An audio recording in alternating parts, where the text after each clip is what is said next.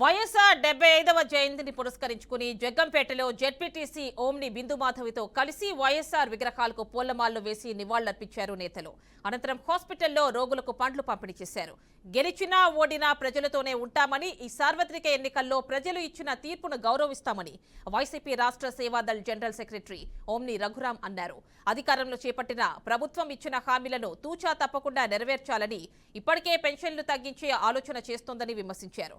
ఇటీవలే హామీలను ఇచ్చి 45 రోజుల పరిపాలన విధానంలో 2.5 లక్షల పెన్షన్లలో తీసివేత ప్రక్రియకు శ్రీకారం చుట్టారని ఆరోపించారు.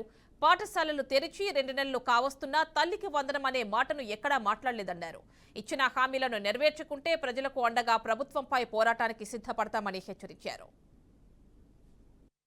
ప్రీతమ నేత రాజశేఖర రెడ్డి గారు రాష్ట్రంలో సంక్షేమ పాలన అందించినటువంటి ముఖ్యమంత్రిగా, మరి ముఖ్యంగా గతంలో ఎంతమంది పరిపాలన చేసినప్పటికీ కూడా మరి ఆయనకంటూ ఒక చెరగని సంతకం ఈరోజు ఆంధ్ర రాష్ట్రంలో ఉంది అని అంటే అది ఏకైక నాయకుడు దివంగత నేత రాజశేఖర రెడ్డి గారు.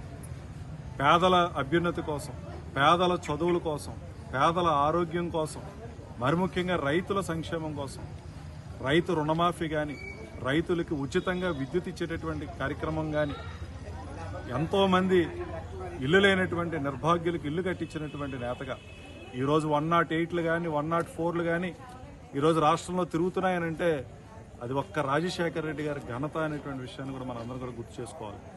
మరి అటువంటి నేత రెండవసారి ముఖ్యమంత్రి అయ్యి కేవలం 100 రోజులు మాత్రమే బ్రతికి ప్రాణాలు అర్పించినటువంటి పరిస్థితి మనందరం కూడా చూసాం. చాలా దురదృష్టకరమైనటువంటి సంఘటన. విమాన ప్రమాదంలో చనిపోతే నిజంగా మన కుటుంబంలో ఎవరైనా చనిపోయినా బాధపడతాం, నెల రోజులు బాధపడతాం, సంవత్సరం బాధపడతాం. కానీ ఈరోజు రాష్ట్రంలో ఆ రోజు సుమారు 700 పైచీలకి మరి ప్రాణాలు అర్పించినటువంటి పేద ప్రజల యొక్క ఆలోచన ఒకసారి చూస్తే మరి ఎంత చెరగని ముద్ర రాజశేఖర రెడ్డి గారు ఆ రోజు రాష్ట్రంలో వేశారో మనందరికీ తెలుసు. మరి అదే ఒరవడిని కొనసాగిస్తూ రాజశేఖర రెడ్డి గారు